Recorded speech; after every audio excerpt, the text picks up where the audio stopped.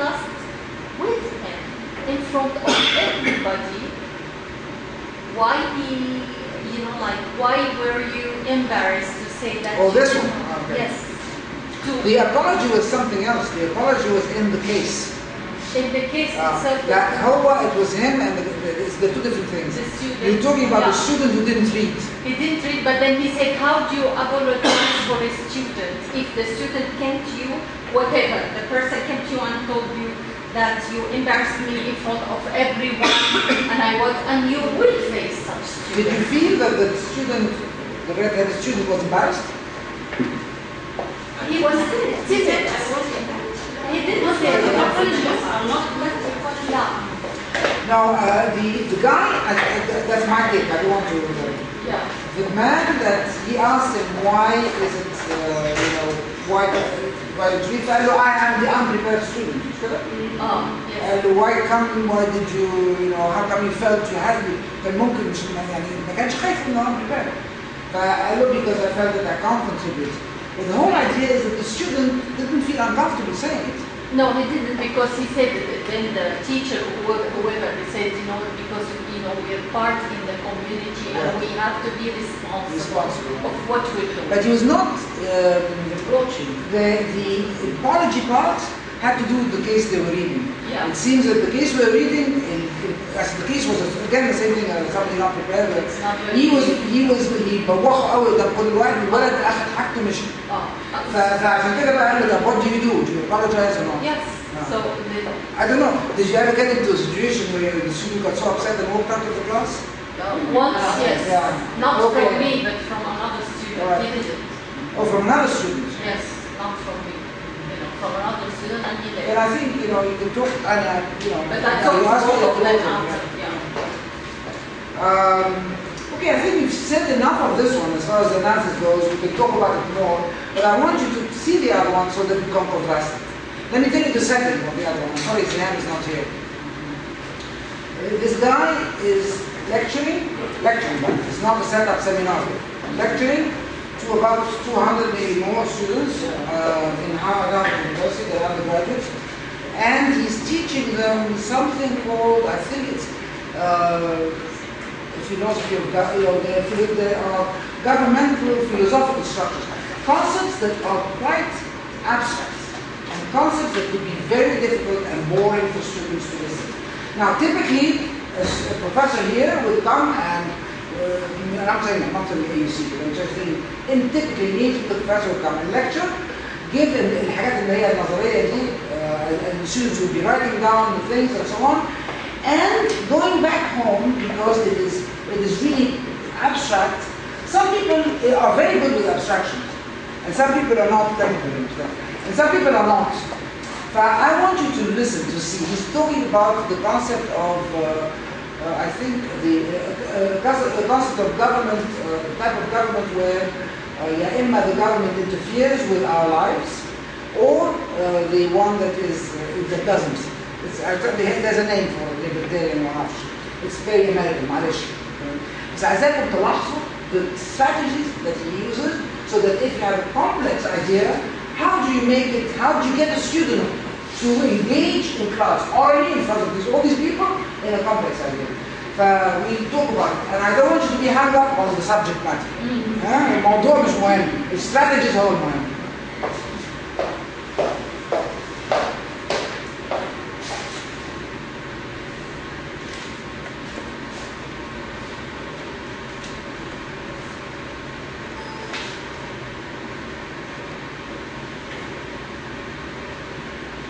One way of bringing out what's at stake in abstract philosophical texts is by trying to engage students in debate on concrete contemporary issues, like military conscription, surrogate motherhood, affirmative action, whether the decreationism revolution in the public schools. Once students take a stand, it's possible to bring out the theoretical issues underlying the positions they take. In contemporary debate, Christian fundamentalists and the moral majority have challenged the liberal assumption that government can be neutral or should be neutral on questions of the good life. They say government can't be neutral under the guise of neutrality, say the Christian fundamentalists. The state imposes on our school children Theory is at odds with our religious convictions. The theory of evolution, Darwin's theory of evolution, for example. In Louisiana, a few years ago, the legislature passed a law requiring equal time for creationism and for evolutionary theories. The law said, if you teach evolution in the public schools, you've got to give equal time to the biblical account of creation. Well, let's look at that argument. In order to look at it, let's go back to the Stokes trial. That involved the Tennessee law back in the 1920s that was slightly different from the Louisiana law. The Tennessee law banned the teaching of Darwin in its public schools. John Stokes was brought to trial, prosecuted, he was a school teacher, prosecuted for teaching Darwin's theory of evolution in the public schools in Tennessee. We have here today an excerpt from the film Inherit the Wind, which depicts the courtroom drama, the debate between Clarence Darrow arguing against the law and William Jennings Bryan arguing for the law. What was the argument of Clarence Darrow against the law in Tennessee that banned the teaching of Darwin in the public schools? I'd like to call Dr. Amos Keller, the head of the Department of Zoology at the University of Chicago. Objection? On what grounds? I wish to inquire what possible relevance the testimony of a zoology professor can have in this trial. In a courtroom case where on trial for murder, would it be irrelevant to call in witnesses to examine the weapon? Would it rule out testimony that the so-called murder weapon was incapable of firing a bullet? I hold the very law we are here to enforce exclude such testimony. The people of this state may really think they do not want this zoological hogwash slapped around schoolrooms. The bench rules that zoology is irrelevant to the case. Can't you understand that if you take a law like evolution and you make it a crime to teach it in the public schools, tomorrow you can make it a crime to teach it in the private schools, and tomorrow you may make it a crime to read about it, and soon you may ban books and newspapers, and then you may turn Catholic against Protestant, and Protestant against Protestant, and try to force your own religion upon the mind of man. If you can do one, you can do the other, because fanaticism and ignorance is forever present and needs be. Which side are you on? How many thought that Clarence Darrow had a good argument? What was his argument against the law in Tennessee that banned the teaching of Darwin? What was his case against it? Yes. That if you start restricting one small thing, you get a domino effect of restricting other things, and pretty soon you're back to the directory of the state. What do you say? He objected to imposing a specific morality on people, especially on school children. Is there anyone who disagrees with that argument? The same argument could be made on the other side. And this is a particular issue where you really have to examine both the religious aspect and the evolution of theory itself. And the way it's cascaded, it runs counter not just to Christian fundamentalism, but so many theistic religions that by teaching it, that itself is imposing a specific morality. In many high schools across the country, a biological science course is required, and the students have no choice but to learn this particular theory, which does run counter to many theistic notions. And it's from those theistic notions that their entire worldview is developed. So this one theory in biology counters or destroys their entire basis for worldview. Teaching the kind of not equal to three of those countries of morality. It says in the Bible that there was a mountain with a diameter of 10 cubits and a circumference of 30. And there was in certain southern states at one time a law saying that I was equal to 3. It doesn't make it any more true or give it any reason to be taught in school. Many people think that it's inconsistent to have to believe in evolution and to believe in God. And if their entire system of morality stems from believing in God, then you're undercutting their entire belief system. Whereas in that particular case, it's just one element of one religion. Evolution does not teach a moral system. It teaches the accepted theory, accepted by the scientific community worldwide. Furthermore, if you're going to make it required to teach creation as taught by the Bible, then you are imposing a particular religious belief system. And you can't teach just the Judeo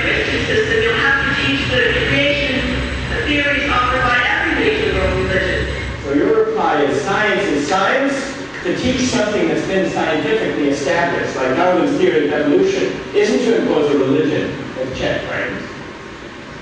It's simply to teach the truth. I heard others from the church send this kid to Sunday school. But that's the place to learn about religion. I mean, there's so many different religions that you have to accommodate. You can't do it all in public school. And that's where the separation of church and state comes in. Tracy says you should send your kids to Sunday school. Go ahead, we're fine. I mean, in elementary school, you can opt out for units of sex education. They should have the same possibility for students in high school. It shouldn't be something that's required. I'm not saying it should be taught, just that it should be something that is required for all students. Students should be exposed to what's accepted in science and work. They don't have to believe it as it's taught, but they should be exposed to it and know what's going on. They should have the option to opt out of learning about what's going on in the world and accept the science and everything. I think we have to get away from the idea of what Jeff is saying about just because it's required, it's being inflicted or imposed on people. I mean, if you really have religious beliefs of any religion, and you're being exposed to something that's intellectual and not a religious or visceral notion, then if you reject it, how much stronger is a religious belief? Suppose Chet or somebody else said, well, that seems like a good idea. Maybe that's the reason for teaching home theories. Maybe that's the reason for upholding Louisiana's solution for equal time for creationism and evolution, because those who believe in science, if they're confronted with a religious worldview, a religious account of the origins of the universe, it will only strengthen their scientific fervor, their commitment to the Enlightenment. I would agree with that. If creationism were based only on the book of Genesis, there's no scientific basis for that.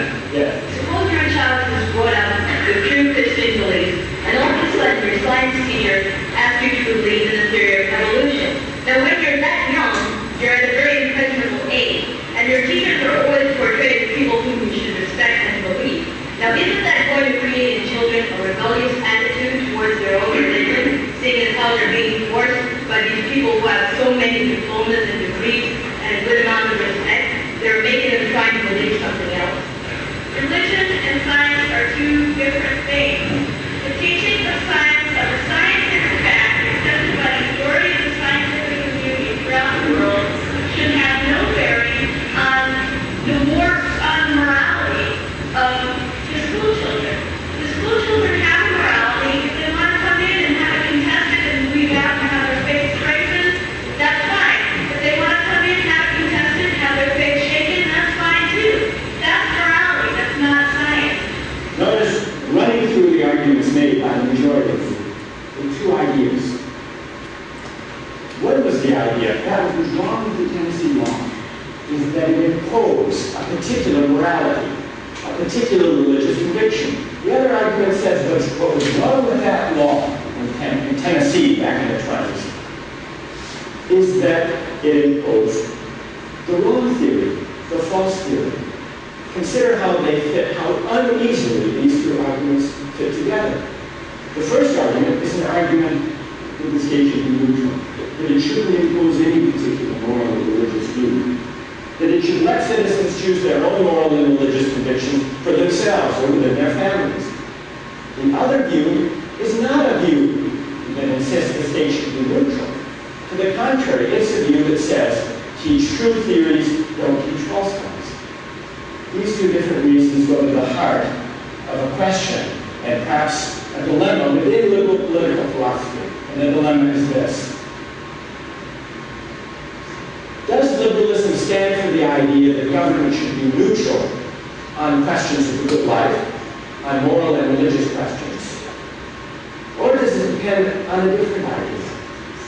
That the particular values that liberalism affirms, values like toleration and individual rights, that those particular values are the highest values, the best values, the values that are essential if human beings or citizens in a democracy are to realize a good life. Is the moral majority wrong because they want to impose a vision and it's wrong to impose a vision on the country? Or is the moral majority wrong because they want to impose the wrong vision, whereas liberalism would impose a different vision? Okay. So, like I said, let's forget about the subject matter. He's not a biologist, he's not teaching the evolution, he is teaching a concept of government which, contrasting the liberal versus non-liberal. So, we start off by saying that he uses certain strategies because he wants to engage students in what he thinks may be or is difficult philosophical concepts. So how did he engage students? What are the strategies he used? Let's start with you, and then you. Okay, go ahead. I'm trying to apply this to all classes. The first thing, that the choice of a controversial issue is very important. I can imagine if I was talking about the geography of Egypt, for example. Or liberal, all the liberal... It's no issue to discuss. It's very important, and that's what we should learn in our classes, even our classes students, that it has to be a controversial issue to discuss. Secondly, okay, this is something, so as I won't really dominate the whole thing, I have a lot to say. Somebody else, please. Talking about. Well, things is like what's really it's the body language.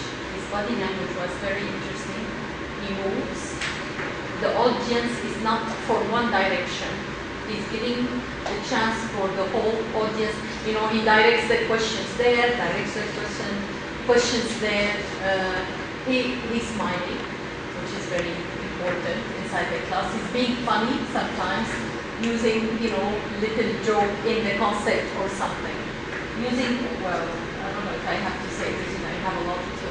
Well, let me give a chance to others. Yes. حتى بالعربي. Yeah. أي حاجة فكتوها أو عمل إيه بالظبط بجد الموضوع. الموضوع يعني مطلق أو خليفة هو بدأ من أسئلة صغيرة وبعدين برضه صنع ثقافة كده يعني وصل للموضوع يعني وابتدى من الموضوع لحد ورا وناقش الموضوع هل درس نظرية التطور الدارويني هل هذا يتناقض مع التقاليد الدينية أو التقاليد الخاصة بينهم وبعدين بعد ما الطلبة قالوا نظريات كتيرة أو آراء كتيرة متعارضة أو متعارضة وصل الموضوع لرئيس الوزراء الحكومة هل درس الحكومة يعني ازاي بدأ من التفاصيل المادية أو من الديتيلز الصغيرة قريبة من الواقع إلى الفكرة المطلقة يعني وعملها بطريقة يعني طبعا واضح التباين بينه وبين الأستاذ الأول لأن السياق أيضا لم يكن يسمح يعني عدد الطلاب جدا كان بس جدا مش ممكن يعمل أي كونتاكت بين الطلاب أو يسلم على واحد أو يعني. But let me ask you a question to everybody. Do you feel that maybe this one was a more risky situation than the first one? Risky for him, in his base, in terms of arriving. What do you think he wanted to arrive at? يعني يدي أنا بالنسبة لي يعني أنا ممكن يساعدني إن يديني نوع من الراحة لو أنا في مكان الطلاب إن تو interact معاه.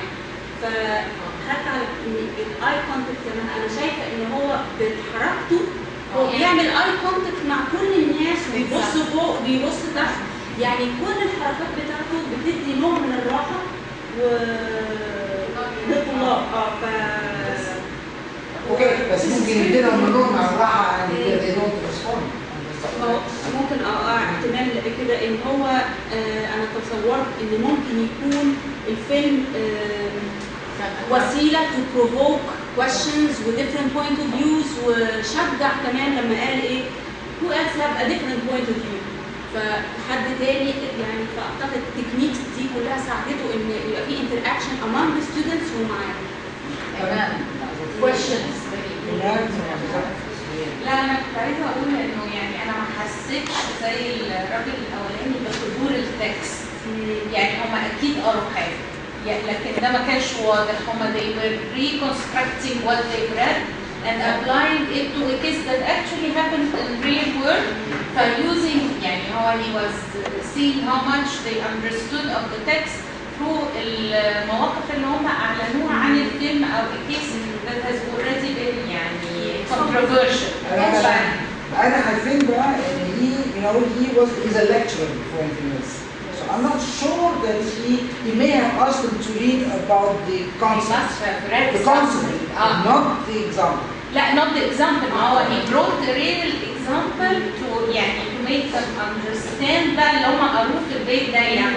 to think about it. When he led them to ask the right questions. يعني هو it's not ندرس ده يعني ندرس داروين ولا ندرس المنظور الكتابي أو الرؤية الكتابية للإيفوليوشن. لا these are two different questions. It's not yes or no. It's واحد إنه يعني ايه دور الحكومة فعلا. يعني الحكومة دورها ان هي تدرس الفاكتس and the truth ولا ان احنا بنكون بنمشي بمنهجية ايمانية او عقائدية اللي هو في الاخر يعني two different questions اللي طرحهم هما القضية الحقيقية اللي is very difficult to understand through I think يعني reading the text لانه هي it becomes a state of ولا لا. لكن هو لا اللي هم the right questions هو أعاد صياغة اللي هم قالوه and he directed them to ask him the right questions. I love maybe it's not because I use it يعني the point after every comment he rephrased but changing a little bit the wording so as he enhances or he actually يستفز المناقشه further المناقشه. ويعني لانه في بعض الاوقات طلاب بتكلم عن language in a language class they don't react automatically to their colleagues. So if you rephrase the same wordings in a different manner to provoke the discussion, this is a very good strategy. That's one thing. That's what he did actually. Yeah. And he did more than that. When he rephrased, I'm saying the rephrasing, she's saying, and the remark that he rephrases it so that the others get engaged in a bit of provocative way. What else? What does the rephrasing do? By rephrasing what is being said, what other goal is he trying to get at? Clarifying more the point of the students, maybe. Yes. To make the student it's clear what kind of concept they are talking about, the ideas. Or what he wants to lead. Right. Yes. So because sometimes the conversation doesn't lead him to what he wants to get to. But he is very clever, like what he did, to take what he does, rephrase it so that it is directing it back to the central point. Anybody else wants to say something? Any other strategy? Yes. I would like to ask my professors, would they prefer to have this kind of directing everything in a lecture or with a limited number of students? I really mean their No, we not it's a language class. There is discussion going on. You can use some strategies. You never have such an audience. Yeah, it is. The strategy should be used in both, but it's much more difficult to do it in this case. Very difficult regarding the space, the number of students, and the unknown. You can say that. أنا شايف إن الريسك الموجود في التصدير في التكليفين دول واحد، وهو إن إحنا يعني ممكن الدسكشن تتحول لليكتشر وممكن تتحول لديبيت. هو المهارة إن هما الاثنين يكون في إن ما تحولش لليكتشر بحيث إنه عارف أكتر من الجميع لكن عمل كنترول على النولج اللي عنده فعمل دايركتنج لكل وجهات النظر اللي هتشتغل. وكمان الريفريزنج اللي ممكن تعمله في التجربه الثانيه مش بس ان هو بيقول اللي ممكن يقولوا عايزين انا ممكن في الريفريزنج اعمل بريفنت تشينج ذا ديسكشن تو بي ديبيت بين تو ستودنتس يعني فبمنع ان هو يتحول لمناظره وبالتالي نقف عند نقطه فاينل والديسكشن ما تتطورش حسب البلان اللي انا حطيتها من اول فده صعب اصعب جدا من الاتش واصعب جدا من الديبيت وبالتالي ممكن يبقى في عندي اثنين دوميننت ستودنت ويعملوا نفس انا عندي سؤال. انت دلوقتي عندك بلان وتعمل ليكتشر وعندك بلان. ايه اهم حاجه هتوصل قبل ما تعمل ليكتشر؟ What would be your plan if you're going to go in this situation? You know you're going to lecture and you want to engage a student. What is your plan? That's Well, he's not going in without a strategy, huh? What plan? You said the plan. I'm catching up. If you had a plan to do, what's the most important thing in the plan as you're going in? يعني اولا كل الطلاب يكونوا نصيب في المشروع. دي اول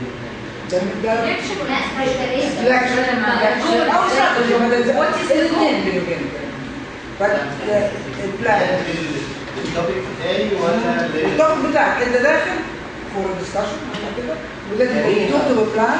داخله عايزه اتاكد ان هي تبقى ديسكشن ناجحه. ايه اللي هتحضره انت قبل ما تدخل so that you are sure that you're going to have a more or less successful discussion. يعني مثلا لو انا عندي موضوع يعني حسب الموضوعات اللي احنا بندرسها قدام المشاريع، على الاقل انا عندي الافكار الرئيسيه اللي ممكن تكون بتغطي الموضوع ده كله، فلما في فكره اتنين اتطرحوا وفي فكره غايبه انا ممكن بقدمها في شكل سؤال جديد بنقل به الافكار، فهنا بفتح الموضوع الفكره الثالثه دي اللي ما اتناقشتش. لو في وجهه نظر مسيطره ممكن اعمل